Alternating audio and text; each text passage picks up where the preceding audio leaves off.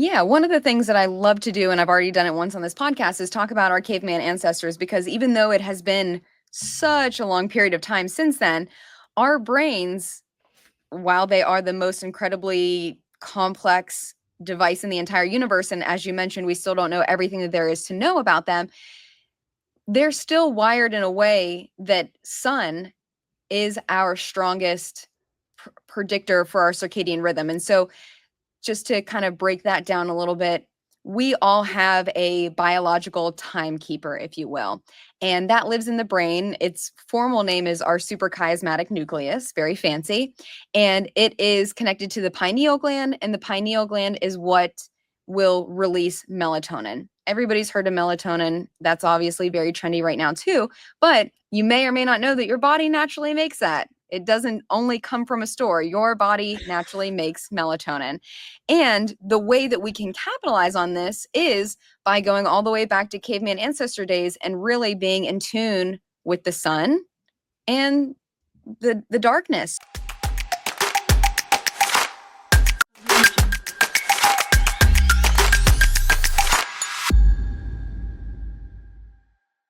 Hello all and welcome back to Truehope Cast, the official podcast of Truehope Canada, where we explore the powerful connections between mind, body and nutrition in the pursuit of lasting mental wellness.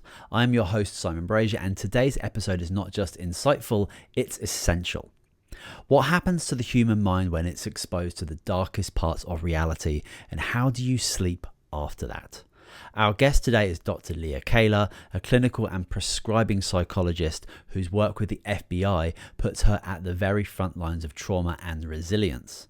From decoding the science of nightmares and insomnia to treating agents who have seen the unthinkable, Dr. Kaylor understands the real cost of sleepless nights and unprocessed trauma.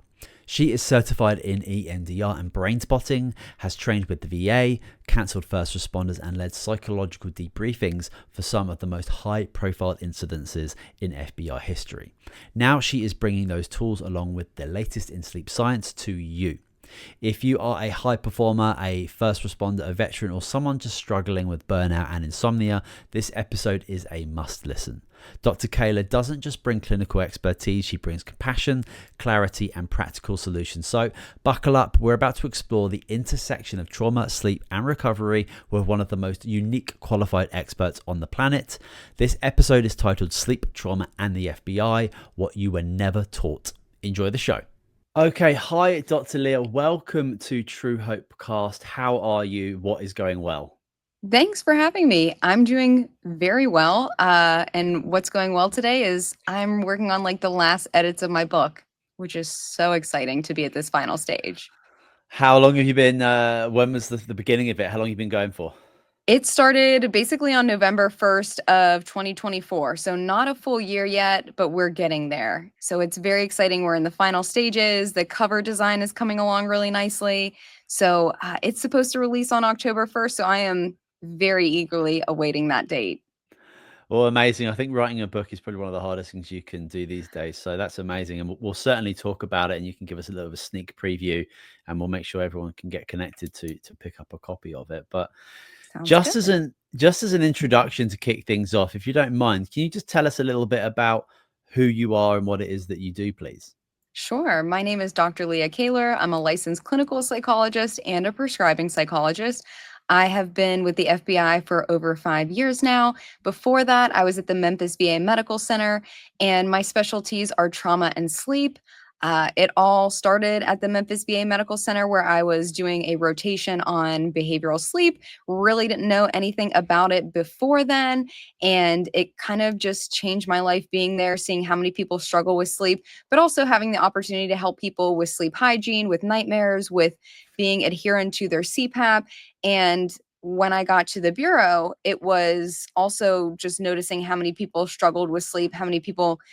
One of the things I like to say is you don't know what you don't know. And so finding out that there's a lot of people who don't know a whole lot about sleep and why it's so important and why we should place value on it and a lot of value. And so I have been my title is just a psychologist, but I've worked my way up to being the FBI sleep expert, and I treat trauma and sleep. And so that is what I do. And a lot of folks, whenever I've been doing more and more podcasts to promote the book, ask me the question, and I should clarify this, is that the people who I treat are our agents, our professional staff, our joint task force officers. So anybody involved in the FBI or FBI employees.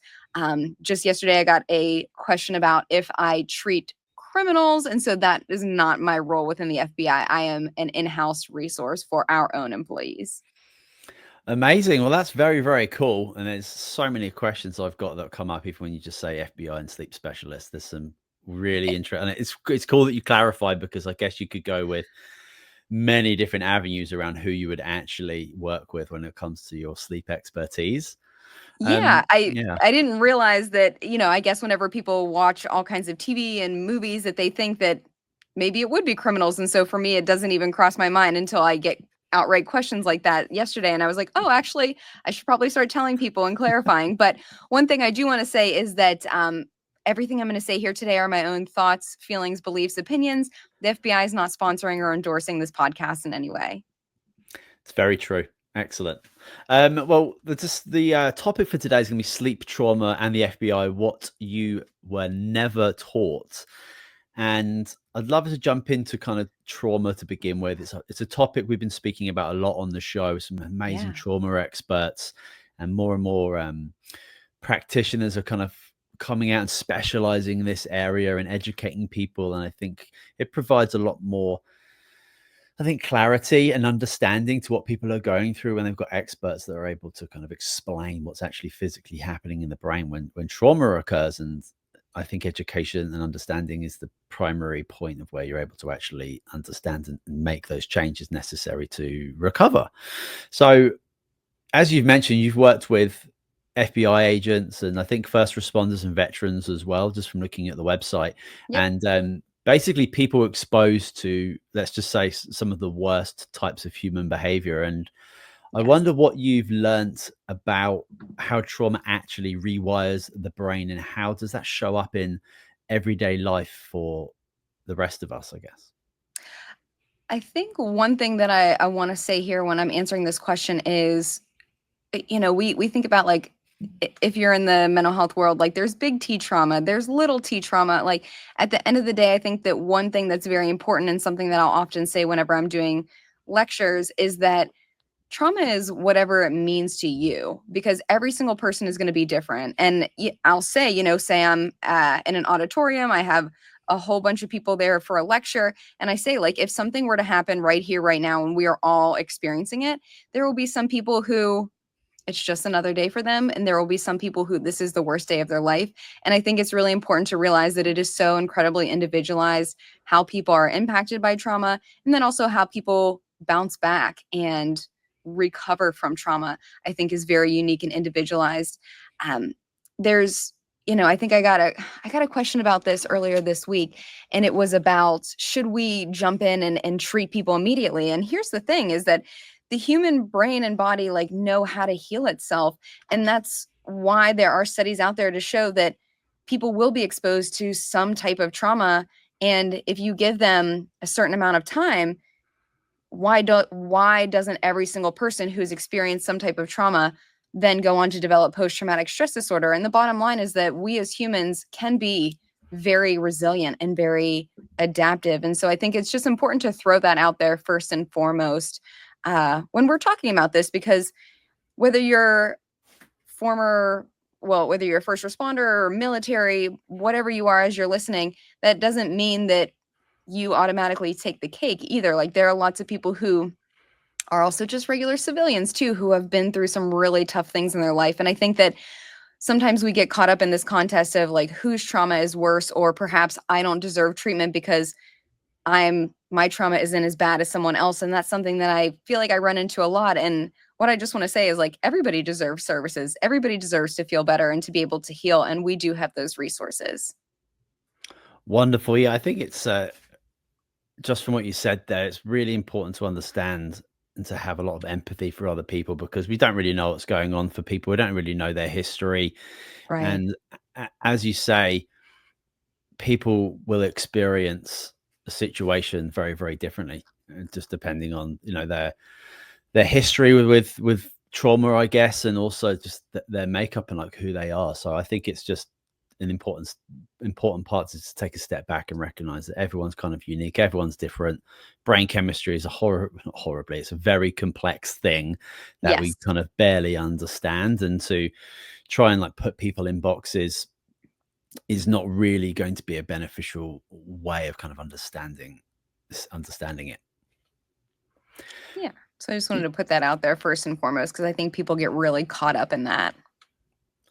Absolutely, yeah. Somebody who's experienced trauma from a young age and continues to experience it, and like somebody who's not experienced anything, as you say, like the worst thing that's happened to you is the worst thing that's happened to you, right? And that's going to be different for everybody. And yeah, it's just not. I think it's an important place to begin with for people to kind of understand that. And I'm guessing that you've probably conducted, you know, psychological debriefings following like kind of intense incidents within the FBI. And I wondered, like, is there one particular story?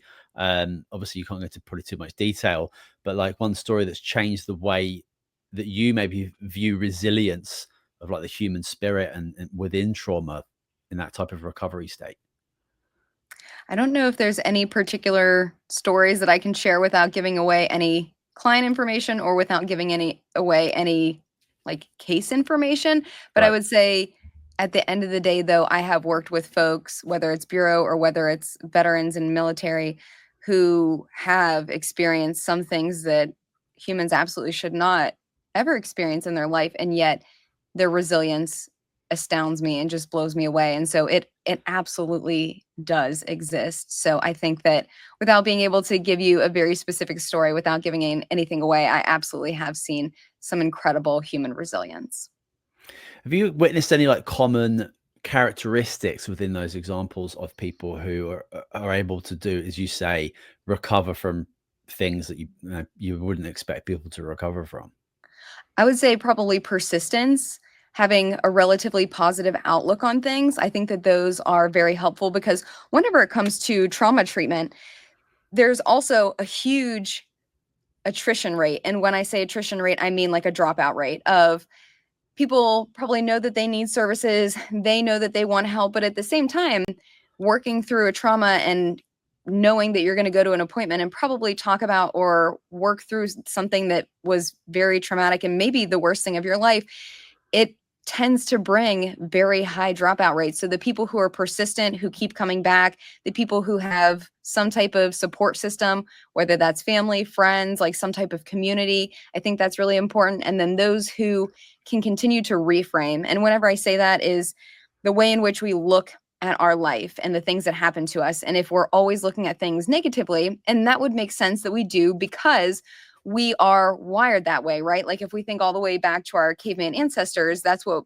we are wired for, because those who are wired to look for the negative were the ones who safely made it to pass on their genes and to continue to procreate. And so those ones who didn't have that negative bias of constantly looking for danger, they maybe weren't so lucky. And so it's reasonable to think that we should be wired for the negative. However, the people who I think are more successful and do better in treatment are the ones who know how to reframe things and know how to look for the positive and try and find kind of like a silver lining in situations. So I would say that those are some of the common characteristics that I think stand out for me, but I definitely don't think that that is an exhaustive list. Yeah, I'm sure people who are like, you know, work with, you know, who are, you know, active in the field in the FBI and even just police officers and first responders. I feel like a lot of them have worked with people and recommended that somebody seek help or seek support in incidences, and then when it actually happens to them, they've got the experience of like, okay, if I wasn't me, I'd be recommending some to go and speak to somebody. Um, but we do know, like we have in 2025, an unbelievable amount of varied distractions that people can select from to just block out and even just straight up blunt the emotions and thoughts and feelings and behaviors that come up when you relive the incidences of that in a kind of historical event. So I guess I think that if those individuals working as like first responders, they would have a little bit more of an understanding of like these are the options that you actually have, and they've some amazing success with it. And you say the persistence of being able to go there and, not just like going in for 5 minutes and exiting, but like that consistency and kind of going through the process or the formula, trusting the process must be the common thread that you would see with people who actually make that recovery, rather than we see lots of people that use food, they use drugs, they use all Alcohol. sorts of they use all sorts of things to just completely Mhm. numb themselves to actually dealing with the process. So yeah, that's an interesting point. I love that.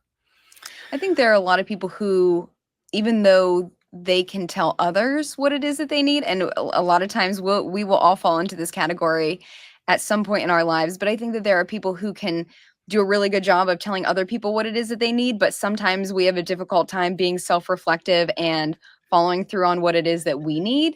Hmm. And that is something that I see, is that people, by the time they get to me, it has been quite a while. There's usually several people that are telling them that they need services. And I wish it wasn't that way, but I think that there's also some barriers whenever it comes to first responders and law enforcement and military. And it stinks that it's that way, but Hmm. like there are realities around people getting services for themselves and being willing to do that. And sometimes I end up seeing people by the time that they're like at the end of their rope versus when they were maybe at a better place, and treatment maybe could have been a little bit easier. So that's one Yeah. struggle that I also deal with too. Yeah, just from my perspective as being a dude, I would expect that there was like there'd be quite a lot of ego wrapped around the idea of wanting help or being vulnerable or needing support, and how that may be perceived as weak. I'd understand how a lot of people would be quite resistant to looking for support and help in those instances. But I hope that we're kind of coming into a place where we recognize that that is not it's the complete opposite of a sign of weakness when you're looking for help, right?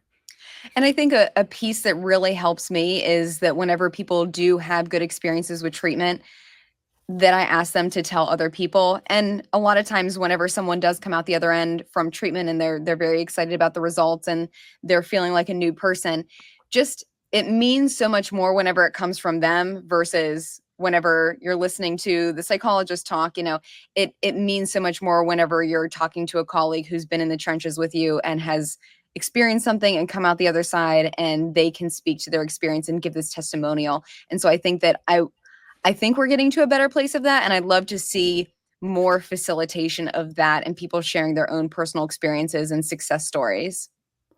Yeah, that would be a huge advocacy for that process. I'm sure about that, to have all those services, looked and see those individuals that have come out the other side with flying colors, because there'll be a certain point in somebody's journey where it will look like there is absolutely no hope for them and they'll feel completely hopeless and alone and in a dark place. But if we're able to actually look at resources, watch videos, listen to podcasts of people who have, not necessarily been in the exact same situation, but have been in the Mhm. depths of despair and have been able to see the light and work with people and come out the other side. That could only be a hopeful thing to experience.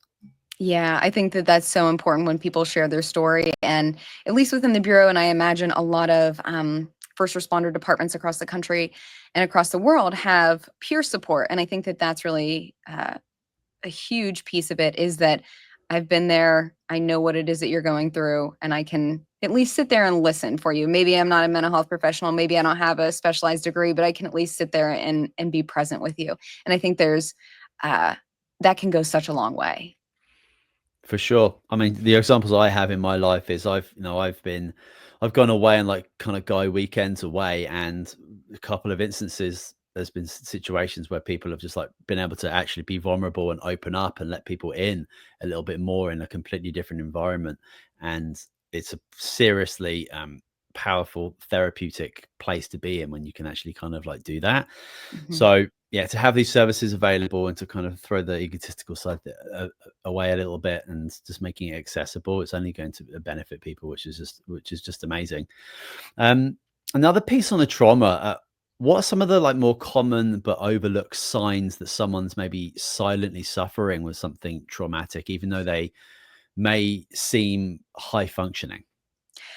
One of the things that I definitely see in my population, and I imagine that this definitely does bleed out into like civilian life, but I would say being very short-tempered, being irritable, feeling just very frustrated, feeling burnt out. I think that uh, whenever it comes to trauma, like there's an element of that and there's an element of trying to recover from that. But then I think whenever you put on cumulative trauma of like continuing to see things or the unpredictability of the job of like you never know when you're going to get a call out or what that particular call out might look like, so the trauma just keeps compounding.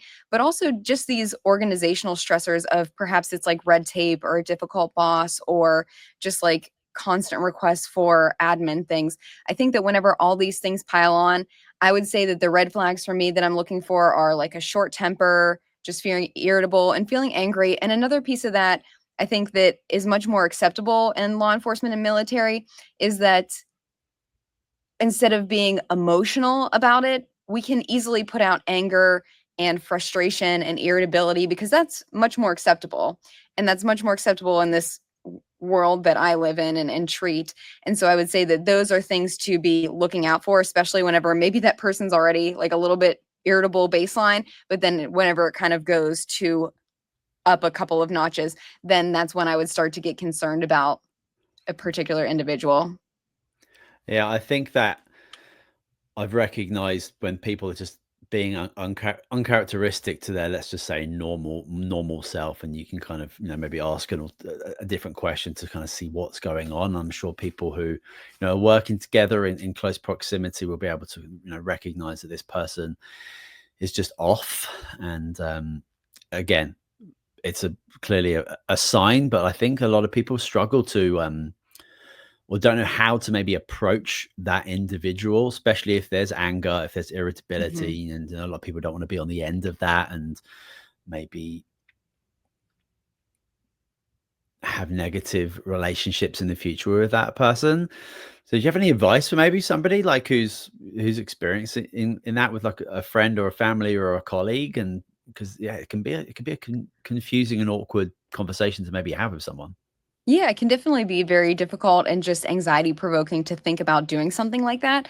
But I would say coming at it from a non-judgmental perspective, trying to be open, trying to be honest, and I would say giving your observations. So, say for example, uh, hey, so and so, I noticed that there have been some changes lately, and I've seen maybe you're more irritable. Last time we went to the bar, I think you had like two more drinks than I usually see you have. And, I started to see you coming in late to work. And, I'm just wondering if there's anything going on. And I also want to just let you know that I'm here to listen if you need that. And just being something along those lines of what it is that you're seeing, that you're concerned and that you're there for the person, whether it's if they want to talk to you or if they want help being connected to services, and kind of leaving it very open ended. That would be my best advice for someone who is in a situation like that. Yeah, that sounds like it's not a particularly direct question. It's not an aggressive question. It's just letting people know that you see them, you hear them, and you're there for them. Yep, Yeah. exactly. It's as simple as that. And sometimes people will take it and they'll appreciate it. Sometimes people will brush it off, but they they've heard you. And so if they're not ready now, they'll know that you're there when they are ready. And it's you don't know what your chances are, but you don't have a whole lot to lose. Chances are this friendship or this coworkership isn't going to end just because you've approached them in a manner kind of like what I just modeled. Yeah. Beautiful. No, that was a great answer. Thank you. I'd love to talk about sleep science and recovery, especially when it comes around Let's do trauma. it. So, why is sleep such a critical component in trauma recovery? And what happens to the brain when we consistently don't get enough of it? Those are some very loaded questions, so we'll try and take them like one at a time, and I'll do my best to give you a good answer. So, whenever it comes to sleep, why is it important? Sleep literally touches everything. We have, as a society, a terrible habit of brushing off sleep, of thinking that it doesn't matter, of thinking that whenever you turn off the lights to go to bed, that you're also turning off your brain and turning off your body. And that just simply couldn't be further from the truth. Your brain and body are so incredibly active with such critical and vital functions throughout the night that and also that's the only time that some of these functions can take place too. So if we're thinking about it, our creativity, our problem solving, our body's ability to build immunity towards things, our body's ability to kind of relax and give all of our organs a rest. There's so many various different things that are going on in the brain and body when we're sleeping. So as you can imagine, when sleep touches everything, if we are not prioritizing sleep, if we're not getting the amount of sleep that we need each night, which I imagine most of the people who are listening here are adults. Normally, adults need 7 to 9 hours of sleep per night. And that may sound like a lot. And for some people, it may sound like quote unquote wasted time. But I mean, really, truly, sleep is one of the best things that you can do for yourself. So you're laughing. Tell me more. Well, it's so obvious to me. I'm a parent of 2 young kids, so my experience of sleep pre 33 years of age was very, very different to the last 6 years of having children. Yeah. And you don't really know the value of sleep until you have babies and little people around, where it's just madness. It's amazing madness, but it's like you won't realize how important sleep is until you really have kids. So I think that it's funny, and it's not just sleep, but it's like water consumption, movement, even breath. These are super foundational pieces that we need to like really be on when it comes to trying to be a good quality human being and experience our biology as it's supposed to be. But it's things we just like people just don't even think about, let alone care about. And sleep is, without question, I think if you were to tackle sleep like first as like you want to get your health back on track, you want to lose weight, you want to start feeling better, like without question, like getting a sleep routine, you're going to significantly improve every symptom you've got, like kind of like really, really quickly. But like, why is it like sleep, water, movement, nutrition, breath? Like, why do we not think or even care about these things? Tell me, please. What I think is that in today's society, everybody wants a magic bullet. Everybody wants to feel better, to lose weight, to perform better, to fill in the blank. But we don't want to do the work. And that's, as a psychologist, and I'm also a prescribing psychologist, which means that I can prescribe sleep prescriptions. However, that's in my career of prescribing so far, I have yet to do that because that's not something that I believe in, because I would 100% rather see you do behavioral modifications and environmental modifications. But just like I said, people want this magic bullet. They don't want to make changes.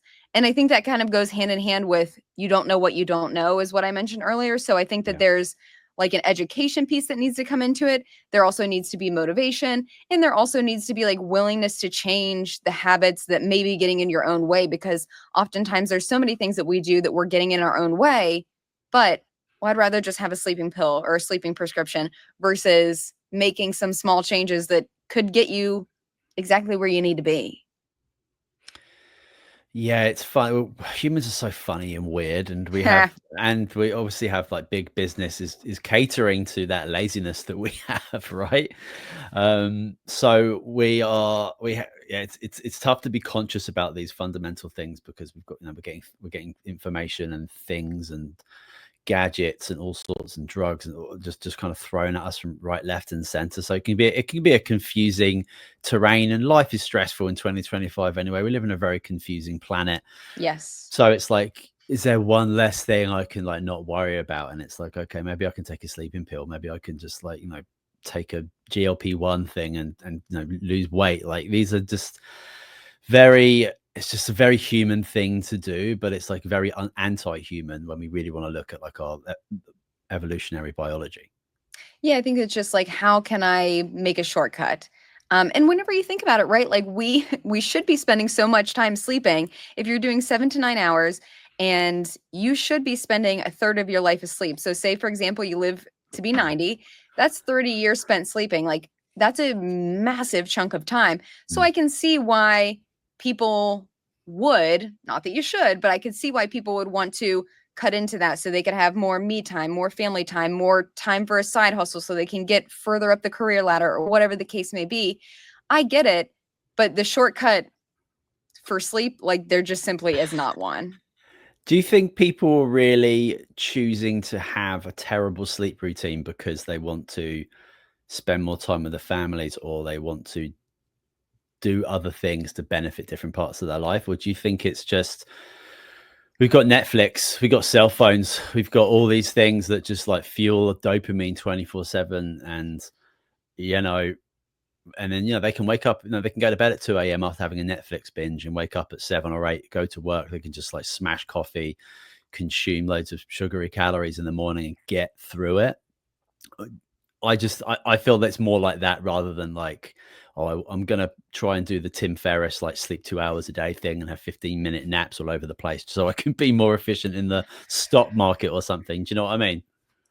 I think that people do themselves a disservice, but I don't think that they realize that they are. Yeah. And when I say that, I'll have an audience and I'll ask people, how many hours of sleep did you get last night? And I, just to be devil's advocate, I'll say 9 hours, and I'll ask people to raise their hands. How about 8, 7, 6? Okay, less than 6.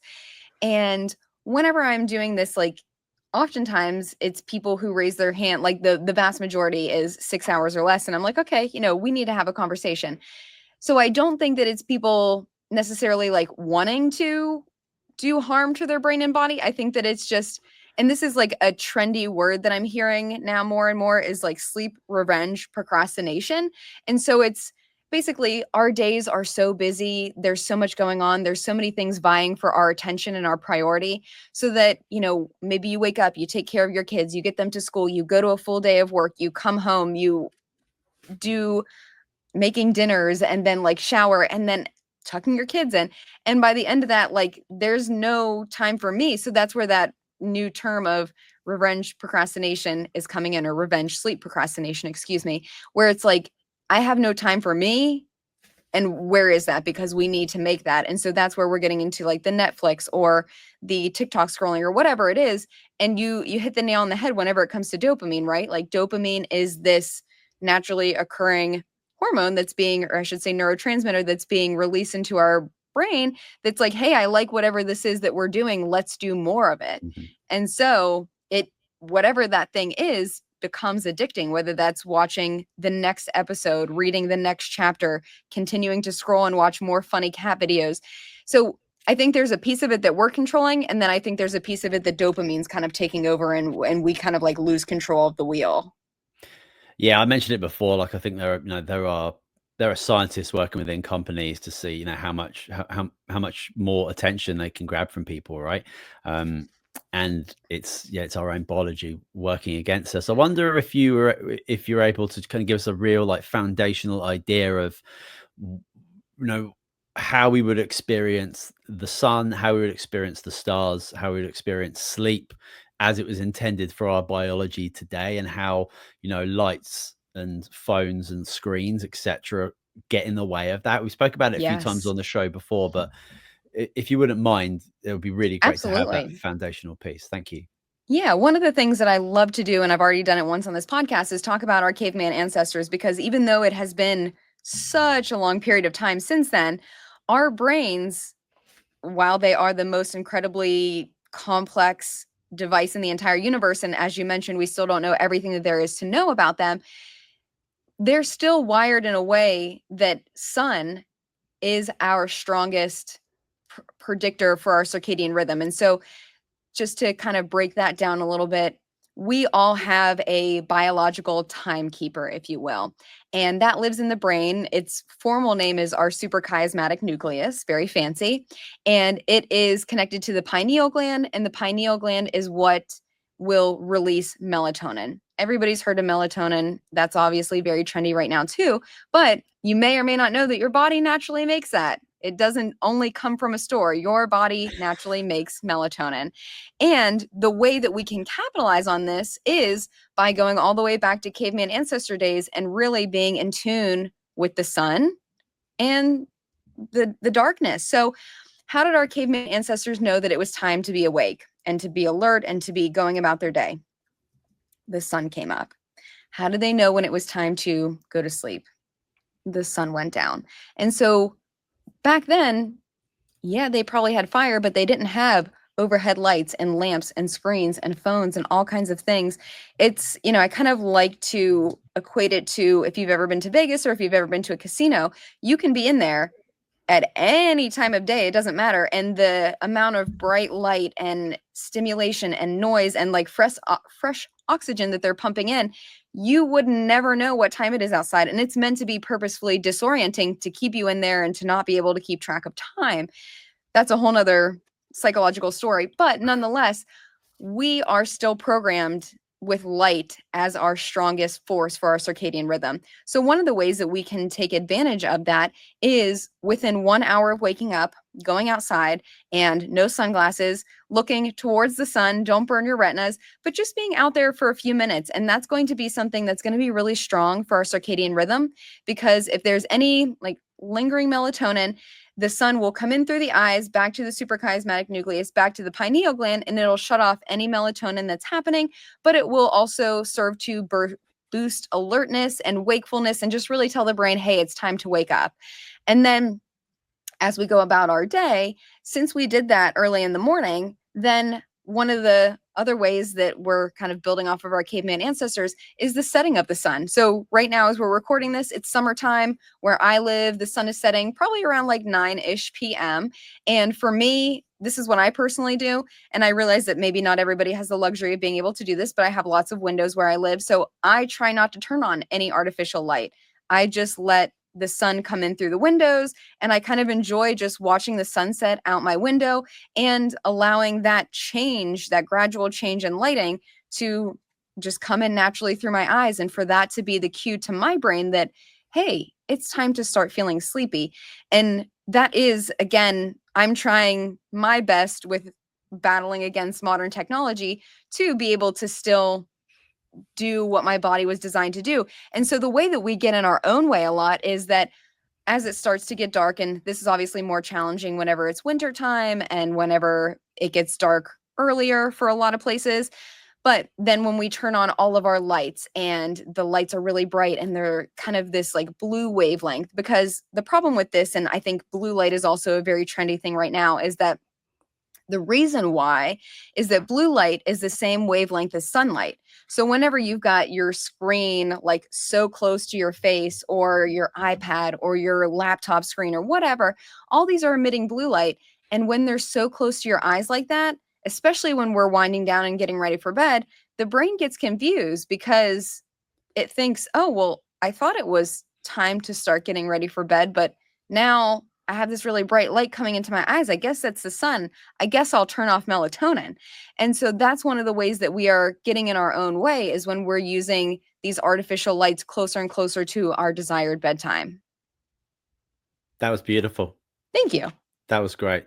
Now, I often talk about caveman times all the time on the podcast. I love it. Whenever I think about something, I'm like, what would I have done 10,000 years ago? Like, what would my body have done? What environment would I have been in? Because my biology is not really different, but my We're still so environment, similar. yeah, my environment and the culture that we have is viciously different, and our biology is nowhere near caught up to it.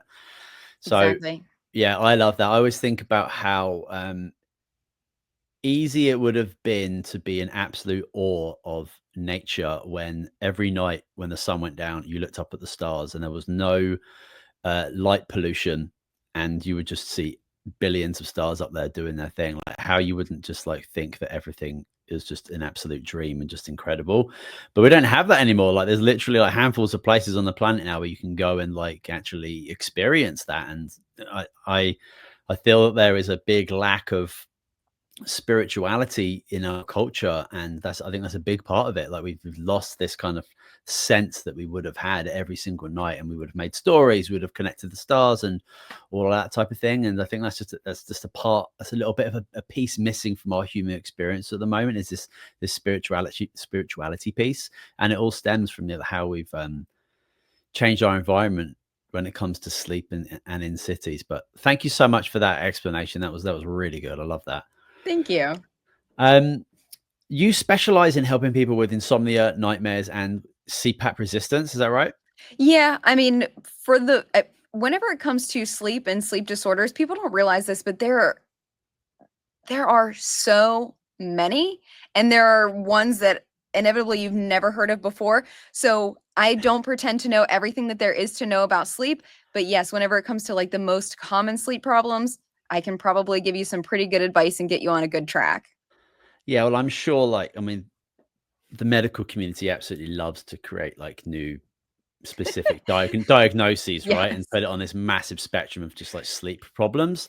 And but I think, yeah, as you say, like if someone was to read your book and follow follow your ideas and be a part of your programs, probably going to take care of 99% of those things on that spectrum. um Exactly. what Yes. are what are some of the most effective science backed sleep interventions that you've seen work, even when nothing else seems to help people?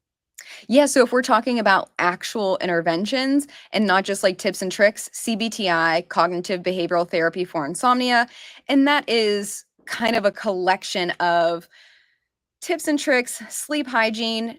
How are you thinking about sleep? Changing the way that you think about sleep, because chances are you probably think about it or frame it in a negative way. And then there are, depending upon the severity of how someone is doing and how they're sleeping, then we can kind of get to the outer realms and do some more extreme work. But I would say cognitive behavioral therapy, hands down, is the gold standard for helping people who are having sleep issues. And then, as you said earlier, I help people with nightmares as well. And the gold standard treatment for that is imagery rehearsal therapy, IRT. That one's fabulous. It's super simple. It is best for people who have recurrent nightmares. So, that nightmare that happens over and over again that I think a lot of us can relate to. That Hmm. is what IRT is wonderful for. And I've seen great results using both CBTI, cognitive behavioral therapy for insomnia, and imagery rehearsal therapy, IRT. So those are when people come to me for sleep issues, I'm picking and choosing my favorite pieces out of usually both of those or just one if they need it. And then oftentimes, we started the episode with talking about trauma. And I would say, because of the uniqueness of my job and the population that I work with, I get a lot of referrals from other mental health professionals because I've made this name for myself as the Bureau's sleep expert. And a lot of these referrals are like, hey, Leah, I've got a client here who's having sleep issues. Can I refer them to you? And I'm like, yeah, of course, absolutely.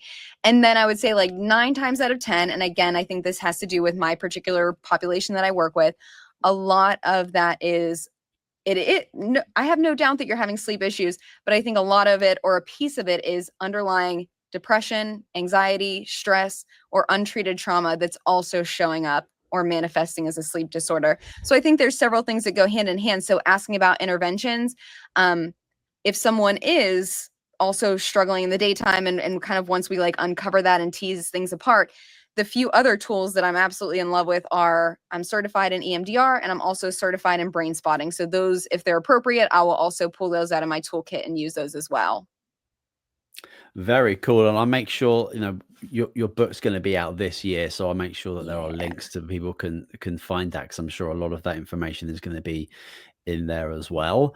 And I know nutrition isn't in your wheelhouse, but you've spoken about the pineal gland and melatonin, and those things Yes. aren't possible. Melatonin is not possible without, the right foundational amino acids to produce it. So I just wondered your opinions on kind of how important nutrition is when it comes to restoring brain health, chemistry, especially in people dealing with trauma, burnout, chronic insomnia.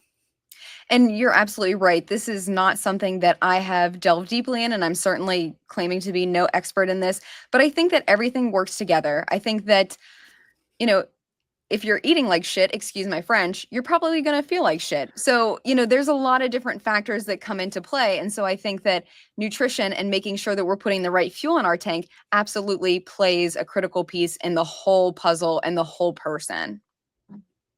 Love it. Yeah, you are what you eat, essentially. Your body can only produce what it can produce with what you give it to produce it. So, if melatonin, which we know is a massively important part of sleep, how are you going to be able to produce a steady supply of that if you're not providing it the right amino acids that actually make up melatonin? I think the cascade is like tryptophan to serotonin and to melatonin. So if you're Yep. unable to create that cascade of events and you don't have the ingredients to do that, then your body is going to absolutely struggle. And we know that, well, we know here at Truehope, we've had hundreds of thousands of people who have, come to us with depression and anxiety, and 9 times out of 10 they have sleep problems. Like, I would say, like, I guess that every single time when somebody is struggling with depression and anxiety, they've got sleep issues, whether Yep. that's Absolutely. insomnia or falling asleep or whatever that might be.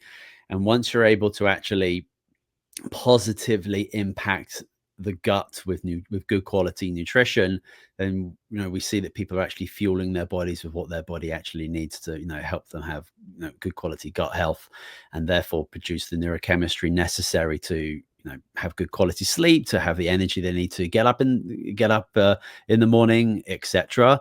So the nutrition piece is a very exciting part of what we do here at Truehope. We have some interesting products that we kind of combine to kind of take care of all the necessary requirements that you would need to put into a good sleep protocol, which would absolutely combine beautifully with what you're talking about with the practices.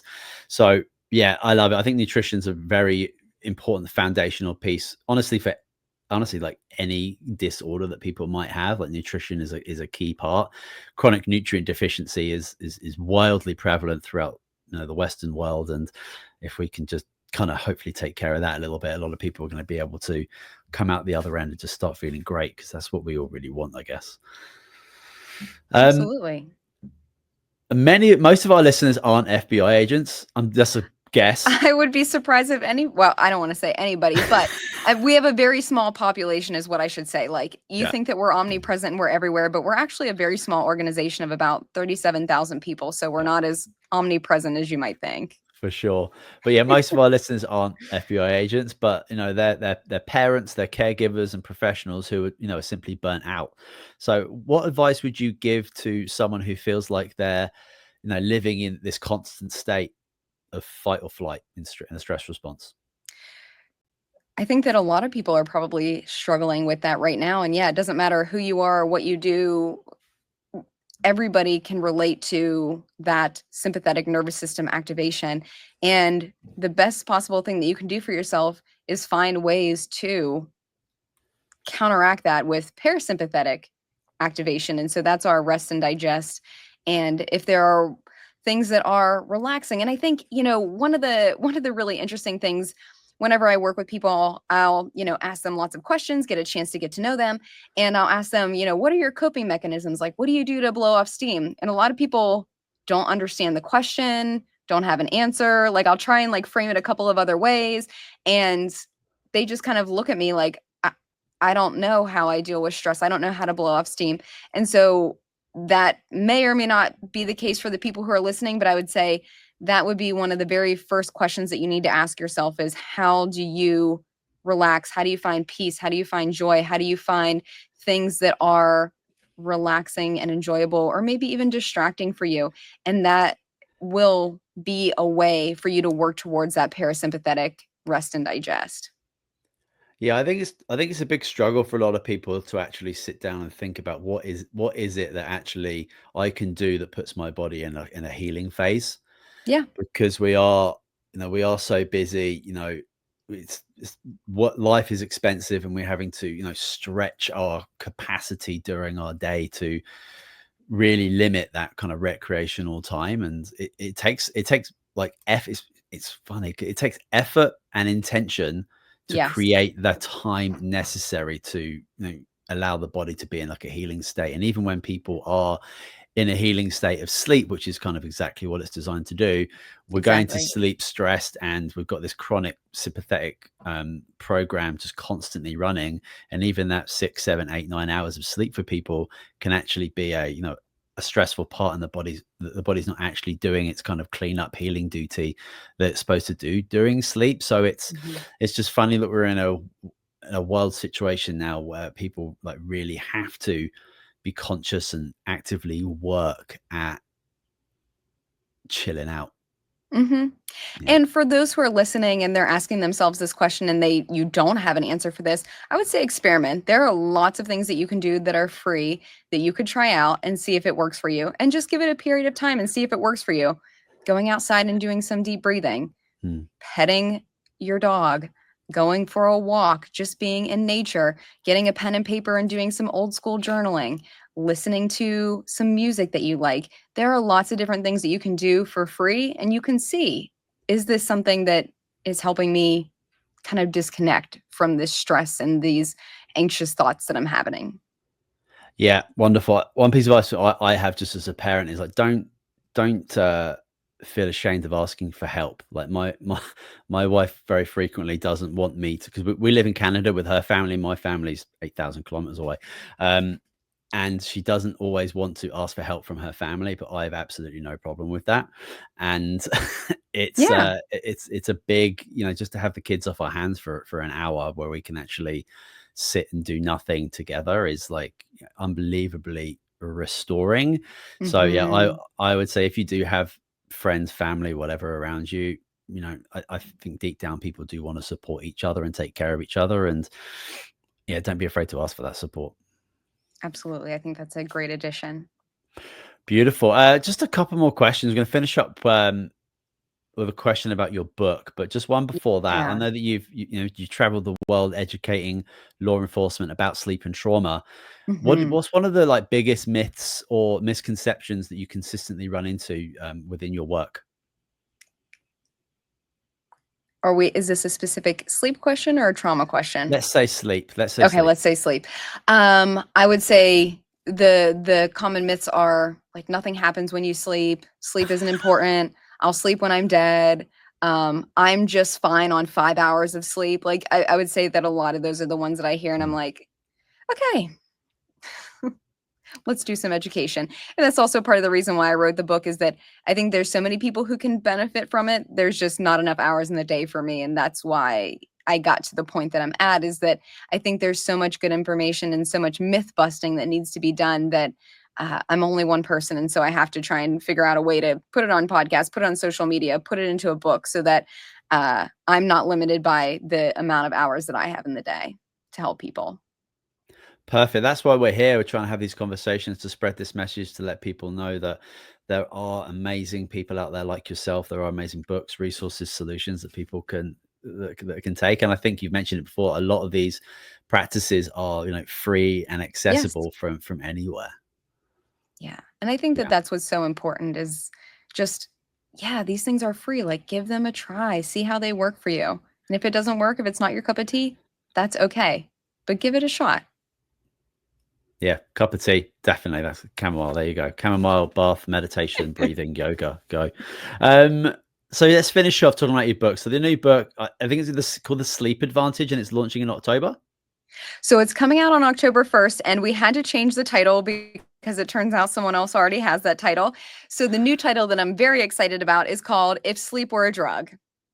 Love it. I see that's way better. I think so too, honestly. I'm Yeah, actually kind of glad that someone took that title and we came yeah, up with a new, better one. that's way better. It's provocative. I like that a lot. Me That's too. really good. Yeah. Yeah. So Thank you. yeah, what do you hope readers are going to take away from this book, and how do you want it to, change the way people think about sleep, mental health, trauma, etc.? Yeah, so whenever I do a live lecture, and this is kind of the way that I wrote the book was how do I interact with a live audience and how do I get their attention? Because a lot of times I will have a captive audience where I'm at a conference and everyone is in the same room all day long. So you don't have an opportunity to pick and choose. You don't go to other like pick which one you want to go to. So oftentimes I have a captive audience and I think people just don't care about sleep. They're going to tune out. Maybe they're going to have their nap while I'm talking, which I'm totally used to. It's okay. That's a sign of sleep deprivation. But what I will do is I will start by throwing out some scary statistics and getting people's attention that way. And then once I kind of have them hooked, and that's exactly what I do at the beginning of the book, is just throwing out some scary statistics about what your brain should be doing at night. And if you're not giving yourself adequate opportunity to sleep, here's how you're setting yourself up for failure in all these various different domains. And then I talk about you don't know what you don't know is a big theme within my book. And just, hey, let me walk you through this. And you've probably heard about blue light, but why? You've probably Mm. heard about this, but why? And so each chapter, they're kind of like mini chapters. And I talk about scrolling and screens and dopamine and just breaking down like why these things are hindering our ability to get a good night's rest. And I hope that by doing it that way, people have a much better understanding. And at least for me, when I understand the science behind something, I also can't unknow it. And so then whenever I go to choose what behaviors I'm going to engage in, I have to be particular about it and I have to be intentional about it. And I think that that's what's important. And as a psychologist and thinking about the stages of change, and if for those of you who are listening who may not be familiar, we have pre-contemplation, which is when you don't know that there's a problem. You have contemplation where you realize there's a problem, but you're like not really sure if you want to do anything about it. Action. And so what I'm trying to do to move you through this book is to try and get you to the action phase where maybe you didn't even know there was a problem. Now I'm telling you there's a problem. I'm telling you some ways to go about it. And then I hope that I get you to the action phase. And then there's also kind of like a troubleshooting section too, where if you can't fall asleep at night, if you're having problems staying awake in the middle of the night, if you are having nightmares, these are things that we can do. And this is kind of a troubleshooting manual for what you can do. So I'm hoping that it's going to be really comprehensive and a guide of just really practical hands-on things that you could pick up the book, you could read a chapter, and you can make a change tonight. Dr. Leah, you're awesome. That's very, very cool. I love it. Thanks. Thank you. I'm really excited. I actually have one more question about wearables. What your opinion on wearables for like sleep kind of assessment and seeing where people are at? Because there's a lot of devices out there, a lot of very expensive devices. And what do you think? Yeah, you make a great point. So you're talking to someone who right now is wearing a smartwatch, a smart ring. I have a smart bed. And here's the bottom line is that I practice what I preach. So a lot of the things that you read in the book, yes, I have an 8 sleep. What it is that it is, you have your own existing mattress, but it is kind of, at least my model, which is a few years old now at this point, is kind of like a fancy fitted sheet that goes over your current bed. And then it comes with something that kind of looks like a old school computer tower that goes right next to your bed. And you fill it with water like once every 6 months. And it comes with an app.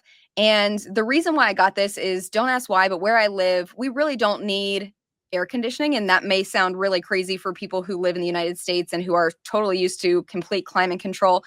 But I have heat, but I don't have air. So June, July, and August, where I live, do get very hot, and it's very difficult for me to sleep because I'm a hot sleeper. So I got this. I tried a couple of other different products and just really didn't cut it for me. And then I splurged on the 8 sleep. And the reason why I did is it can go all the way down to 55 degrees Fahrenheit and all the way up to 110.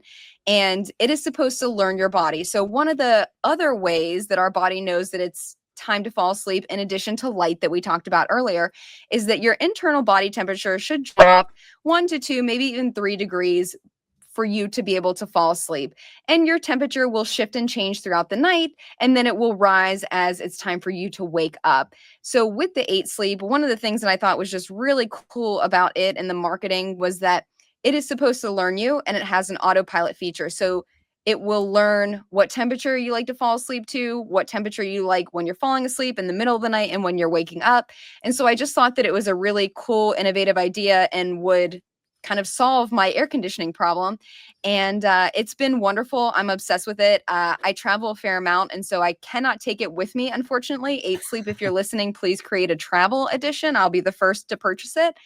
But I love it. It's wonderful. And then there's an app that comes along with it that you can see what time did you fall asleep, what time did you wake up, time in light sleep, deep sleep, REM sleep, and HRV and everything else. So without, I've taken you down a rabbit hole, but I would say, I have all of these devices, and I'm lucky enough to have all of these. But in all honesty, there was a point in time where I was really interested in looking at them. But more so nowadays, I just go off how I'm feeling. Yeah. And that's, what we've always done until we had devices like this. Yeah. And there are some that are great, and there are some that are getting pretty close to professional quality. And you can certainly do your research out there as far as which ones those are.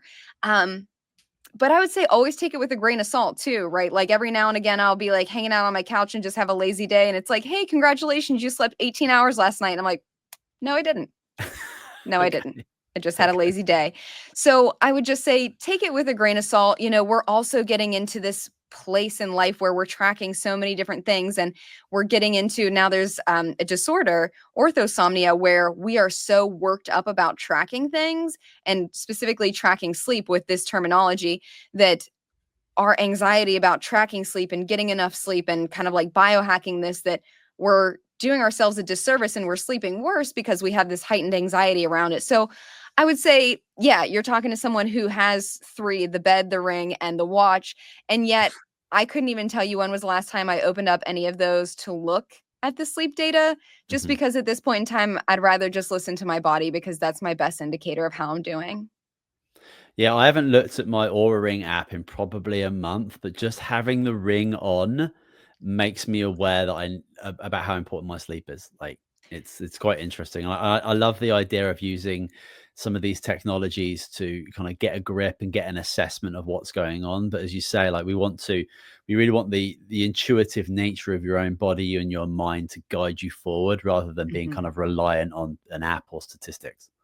Yeah, it's interesting. I work with a lot of people, and I think everyone now probably has some type of smartwatch. I'd be surprised if, most listeners don't.